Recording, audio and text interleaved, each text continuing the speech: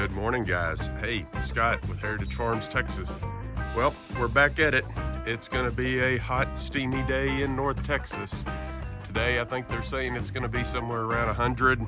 Heat index about 103, so summertime in Texas. Well, hey, one of the things I wanted to do was to give you a review on the Trip Hopper cube feeder, cake dispenser, cattle feeder, whatever you want to call it.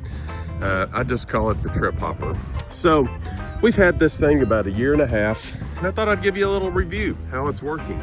About the same for our overhead storage bin.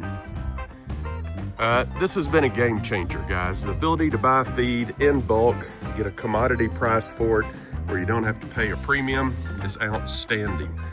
I would say most of the guys that feed with this type of feeder actually use one that's mounted on the back of a pickup truck, maybe even a trailer.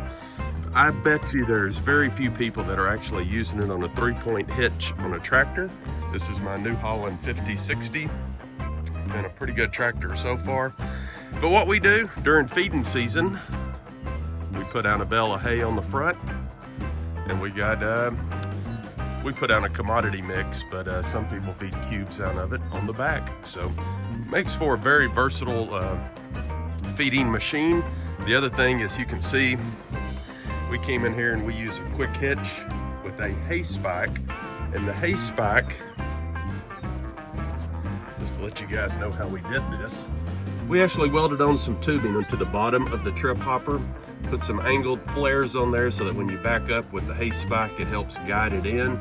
And you have these little rings right here. We just put a strap around the top to keep it from going anywhere, and we're off to the races. So back here, we did a couple of little additions or an adjustment, because my hay spikes were so long, they stuck out basically about 1.5 feet past the Trip Hopper when we had the Trip Hopper on here. So what we did was we came back and made a little platform. You can see here we welded a metal frame and then attached the wood to it.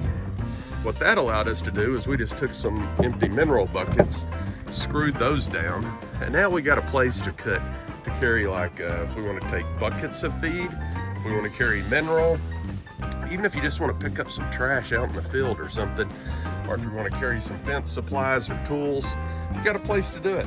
Made for a pretty versatile system. So let's walk up here and fill this thing up. Keep in mind, guys, I'm doing this with one hand while filming in another. So I apologize for any shakiness.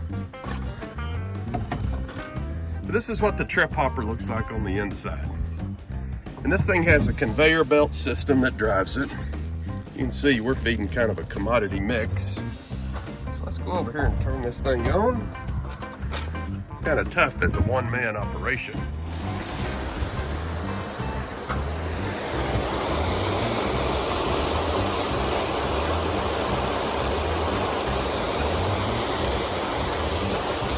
can see it's filling up, pull it around, spread it out.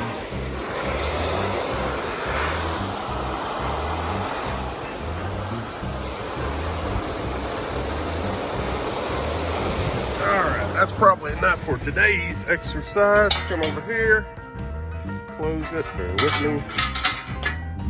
Safety first. Put the deal on. There you go. Okay, so we're back at it at the Trip Hopper. What I like about that Trip Hopper, guys, let me show you something here. Oh, you can't even see it. Man, apologize, this thing is filthy. But you can actually adjust. This is a little lever right here, and you can adjust the opening of this door when this thing opens. And basically, you can put out, 4 pounds, 5 pounds, 6 pounds, 10 pounds, 12 pounds per click. And what they call a click is this little arm right here rotates around, driven by the motor. When it does, it forces this door to come open. When the door comes open, depending on the amount of time and the setting that you have, it actually puts out a variable amount of feed, and it's got a spring on it that actually makes it go back. So we came in, ran our wires all the way back up. People at Trip Hopper were very easy to work with to make us some longer than normal cables. You got a quick connect, so when you get ready to disconnect this thing, we set it on some pallets.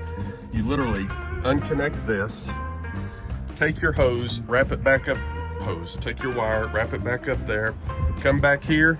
All we do is the quick connect. 1, 2, 3, and we're off of it. Just that fast, that's how you connect to it. So we leave the hay spike on the trip hopper for convenience, and we use the quick connect to disconnect and connect. So pretty sweet setup. If I had it to do again, I'd probably weld a frame on it that had the quick mounts on the trip hopper itself. That way we wouldn't need the hay spike, but the hay spike actually gives it some rigidity and help keep everything in place. All right, so we'll show you how this thing works here in a minute. Okay guys, well, you can see you're the most popular guy around when you have a tractor with a trip hopper on it. There's no problem checking your cattle. They come running. So what we have here is a control to turn it on and off.